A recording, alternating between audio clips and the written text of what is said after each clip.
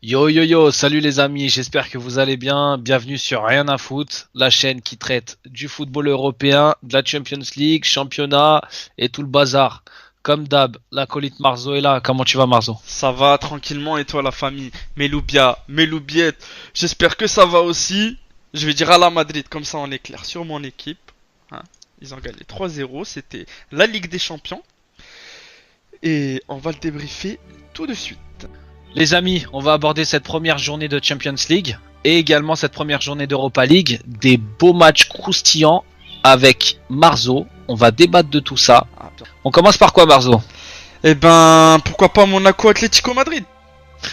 Allez, c'est parti. Monaco Atlético Madrid. Alors pour tout te dire, j'ai pas suivi le match. J'ai pas suivi le D'accord. match. Qu'est-ce que tu fous sur la chaîne alors? Non mais écoute, il y avait des matchs beaucoup plus importants.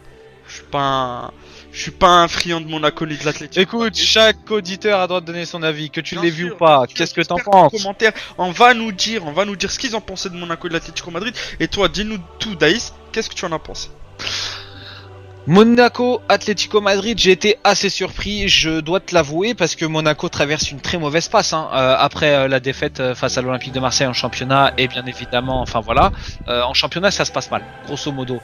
Face à l'Atlético, c'est vrai qu'ils ont surpris un peu tout le monde en ouvrant la marque. Malheureusement, on voit de suite, et je pense que voilà, on en a déjà parlé tous les deux, Marzo, le manque d'expérience de Monaco face à un Atlético Madrid patient qui a fait le dos rond et qui a su, boum, voilà, taper quand il fallait. Le problème avec Monaco, c'est qu'on peut dire un manque d'expérience, alors qu'ils sont quasiment tout le temps là.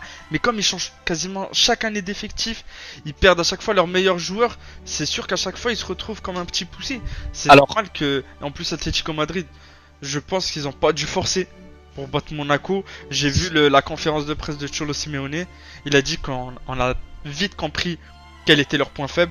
Même ouais. après le premier but, on s'est pas excité, on n'a pas eu peur, on a continué à jouer notre jeu. Il a dit, voilà, En fait, c'est eux qui ont mené la danse, d'après ce que j'ai compris. Et même Cholo Simeone, à ce qui paraît, il était pas sur le banc. Bah, Il était exclu, je crois, ou il était à l'extérieur. en Je pense que fait, ça date depuis l'année dernière. ouais. Et les joueurs, ils disaient, on l'entendait. Même sur le terrain, on l'entendait. Ah, il fait que Ah oui, crier. il porte, il porte. En fait, si tu veux, le manque d'expérience de Monaco, quand je soulignais ça, alors il y a l'institution Monaco et il y a l'équipe Monaco. Les joueurs de Monaco n'ont aucune expérience de l'Europe, cette nouvelle équipe. L'institution Monaco, effectivement, elle commence à s'installer en Europe doucement. Sauf que c'est pas l'institution qui va jouer sur le terrain, ce sont les joueurs. Et là, on a des joueurs qui manquent d'expérience très clairement. On l'a vu déjà en championnat, on l'a vu face à l'Atlético.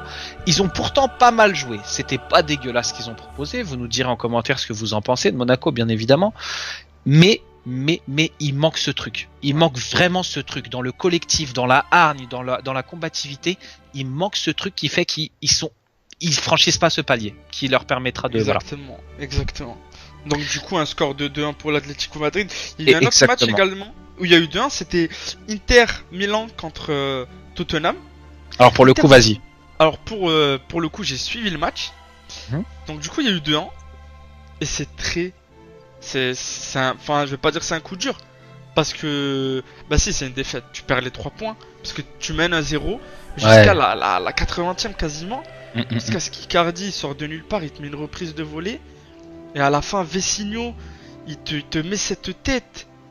Ah, il y a 2-1, mais Tottenham, ils ont trop bien joué. L'Inter Milan, ils arrivaient pas à enchaîner les passes.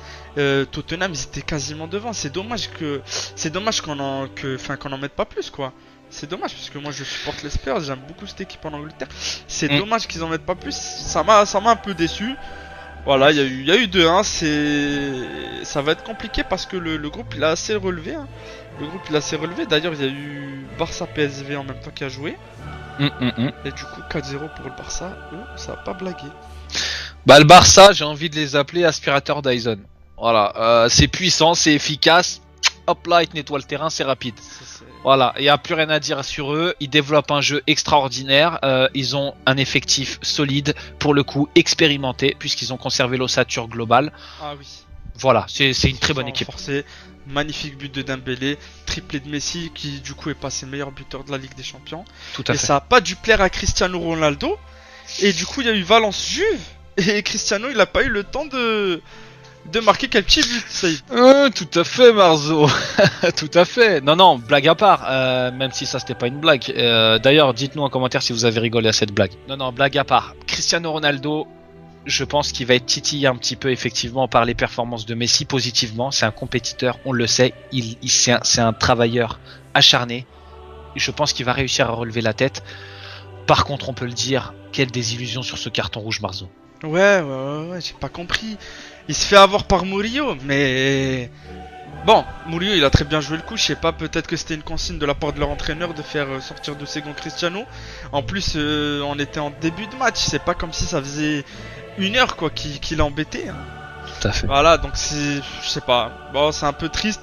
En plus, il sort en larmes, ça m'a fait de la peine, mais la Juve, ils ont gagné 2-0. 2 beaux penalty de la part de Pjanic, je sais pas si l'arbitre a voulu compenser le petit carton rouge. Hein. Après voilà, Sait-on jamais, inconsciemment, sait-on jamais. On ne sait pas, il y a eu un autre Français, il y a un Français qui a brillé, c'est Pogba avec Manchester United. 3-0 contre les Young Boys de Berne. Tout à fait. Alors d'ailleurs, petite info en flash, effectivement, d'une source très proche, voilà, on sait qu'un certain joueur de l'effectif a été déjà inquiet par le résultat et par l'affrontement de cette équipe. Et effectivement, ça s'est avéré. 3-0, doublé de Paul Pogba. Les Young Boys de Berne, il faut le savoir, c'est une équipe qui a déjà joué l'Europe, qui est pas nouvelle dans le paysage européen. Seulement, il y a un écart de classe, tout simplement. Quand on a l'un des meilleurs milieux, d'ailleurs vous nous dites si vous êtes d'accord ou pas, mais Paul Pogba fait certainement partie du top 10 sans aucun problème. Il l'a encore prouvé une fois de plus. Alors certes, c'est difficile avec Mourinho, certes, il n'est pas toujours constant. Là ça va, ces derniers temps ça va, il a même passé le brassard. C'est ça a l'air d'aller. Exactement. Peut-être depuis la Coupe du Monde. Ils se sont dit cette saison. On repart sur un bon pied. Ouais, je pense que ça allait mieux. Et en parlant de Pogba, un champion du monde, il y a un autre champion du monde qui a brillé. Et qui a même fait briller son club là carrément. C'est Lyon face à City. Dis-nous tout Daïs parce que là je te sens chaud, là. Je vais tout dire, je vais tout balancer. Ça va être croustillant, ça va être direct les gars. Nabil Fekir. Ah oui, Wallah, le mec, il sait pas parler anglais, mais Wallah, il sait marquer des buts. Il nous a dit I may recuperate the ball. Wallah, il est fou. C'est vrai. Il est cinglé, ce mec. Il respecte personne. Il arrive dans un stade anglais, l'un des clubs les plus puissants de Première Ligue, si ce n'est le plus puissant de Première Ligue. Il vient, il fait 25 mètres avec le ballon et il te plante un ballon à 200 km/h. Comment est-ce possible, Marzo? Qu'est-ce qu'il a manqué à City? Je sais pas, je pense que City, pour moi, personnellement, ils ont vraiment pris Lyon de haut. La preuve, les supporters, ils étaient pas au rendez-vous, ils étaient pas là. Le stade, il était clairsemé. C'est un manque de respect déjà pour la Ligue des Champions. Un club comme City doit avoir le terrain rempli. On peut revoir le Barça qui a joué contre le PSV à 19h. C'était rempli à rabord. Le Santiago Bernabéu, la même chose. Et non, j'ai pas compris. Il y a eu 2-1 pour Lyon. Tant mieux pour eux.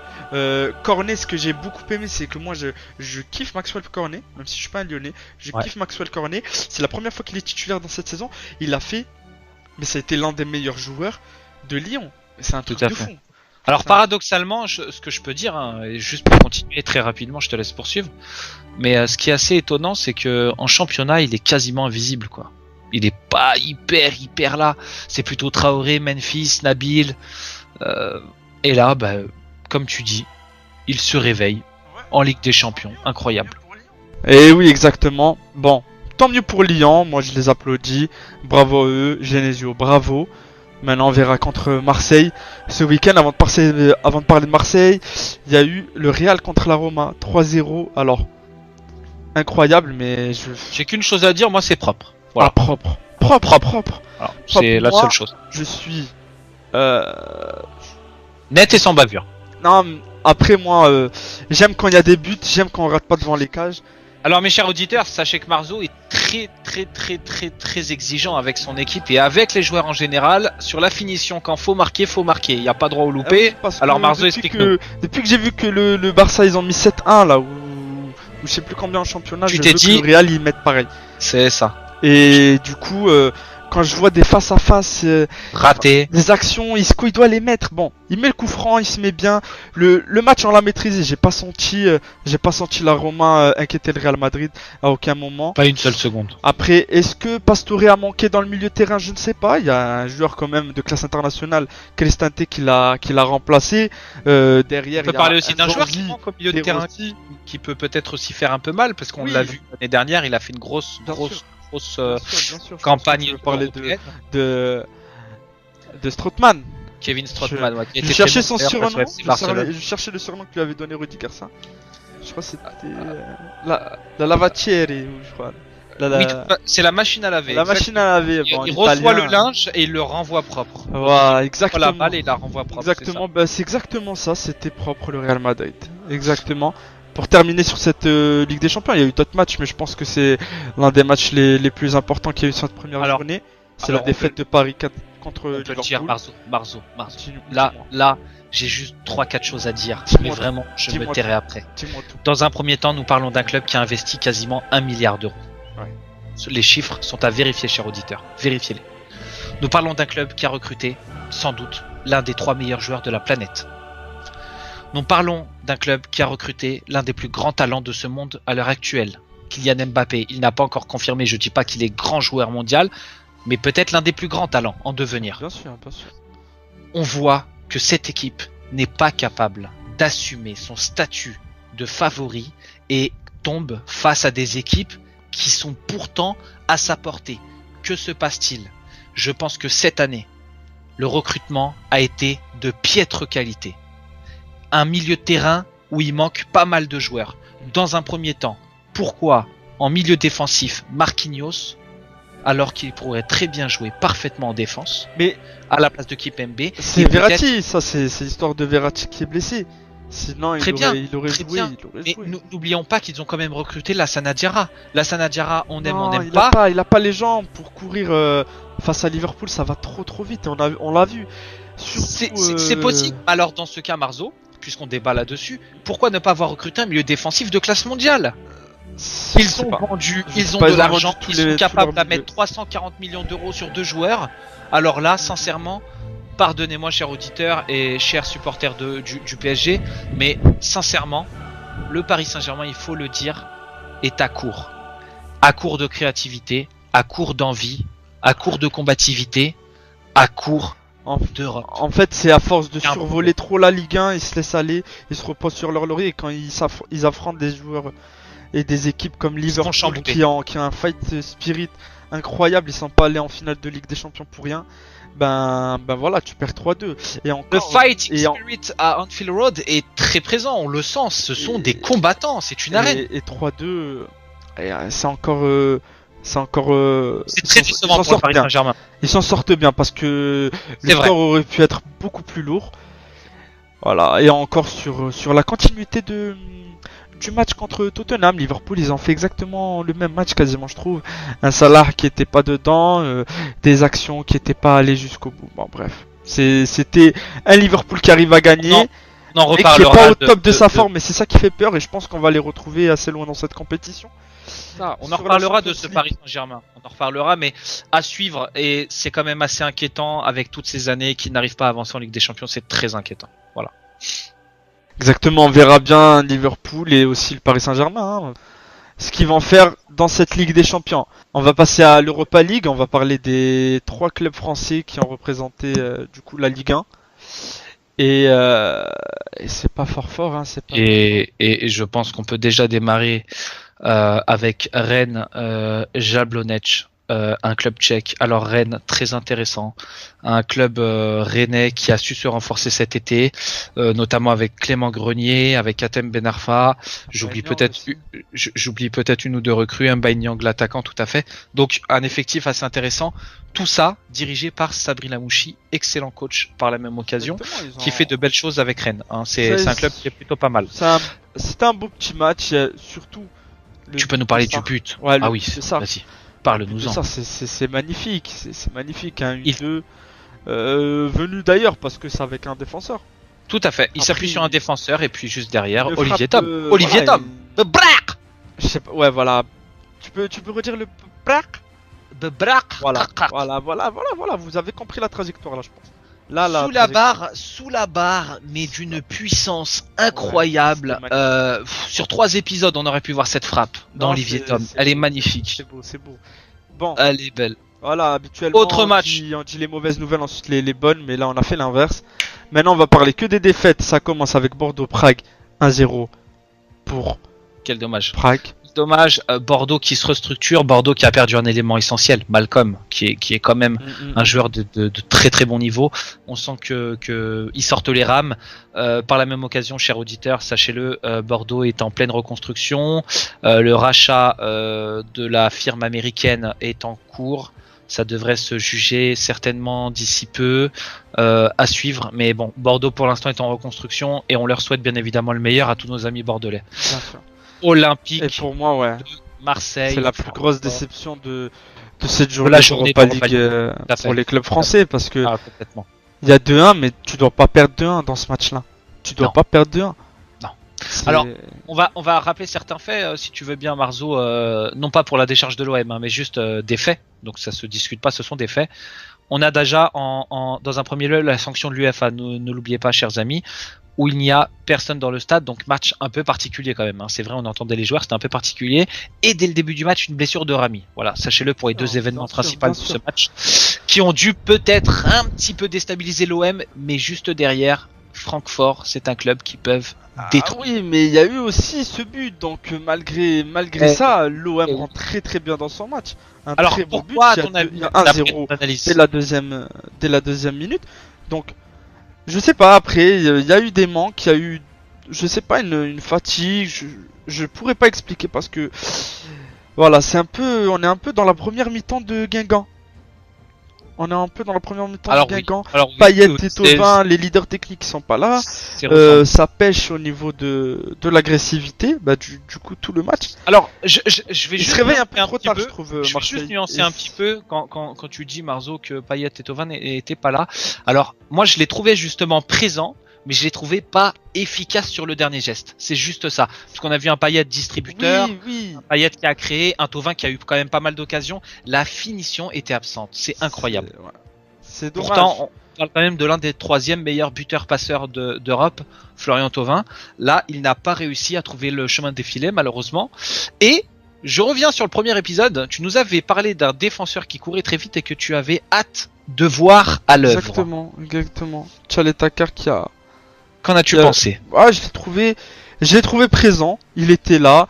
C'était beau à voir. C'était beau à voir. Et ben écoute, moi, pas la meilleure performance qui existe, mais en tout cas, c'est sûr. Apparemment, il a fait le boulot. Après, c'est la première journée. On s'inquiète pas. Je sais que Marseille peut rebondir. Et moi, je vous dis, n'est-ce pas, avec mon ami Daïs, on se dit à la prochaine journée de Ligue des Champions. C'est vrai qu'il a fait le boulot. Malheureusement, il y a 2 buts, on peut pas lui en vouloir, ça c'est le football, on peut très bien jouer et prendre 2 buts, on l'a vu avec l'Inter contre les Spurs, mais c'est pas pour autant qu'on va enterrer Marseille, c'est pas pour autant qu'on va enterrer tous ces clubs qui ont perdu dans cette première journée européenne. Moi, j'ai qu'une envie, c'est qu'on se retrouve rapidement pour le championnat ce week-end, et il va y avoir des gros matchs, notamment Marseille-Lyon, Très belle rencontre. Qui a gagné contre City, qui va arriver en pleine confiance, et l'OM qui vient de perdre contre Francfort. On va voir, ça va être intéressant. Et encore une fois sans public au stade Gerland. Important à rappeler. Et oui, merci Jean-Michel Aulas. On va voir. Il y aura des beaux matchs. On se tient informé. Ça marche. N'hésitez pas à vous abonner, à mettre un commentaire, à liker et à partager à vos amis. Et n'oubliez pas les petites pupus bleues quand même. Mettez des pupus bleues, n'hésitez pas. Bim, bim, bim. Daïs, un dernier mot? Eh ben, écoute, on a eu beaucoup de débats, on a parlé de beaucoup de choses et comme la chaîne le dit si bien, c'est bon, on a fini, on en a plus rien à foutre. Super, à plus. À plus, ciao.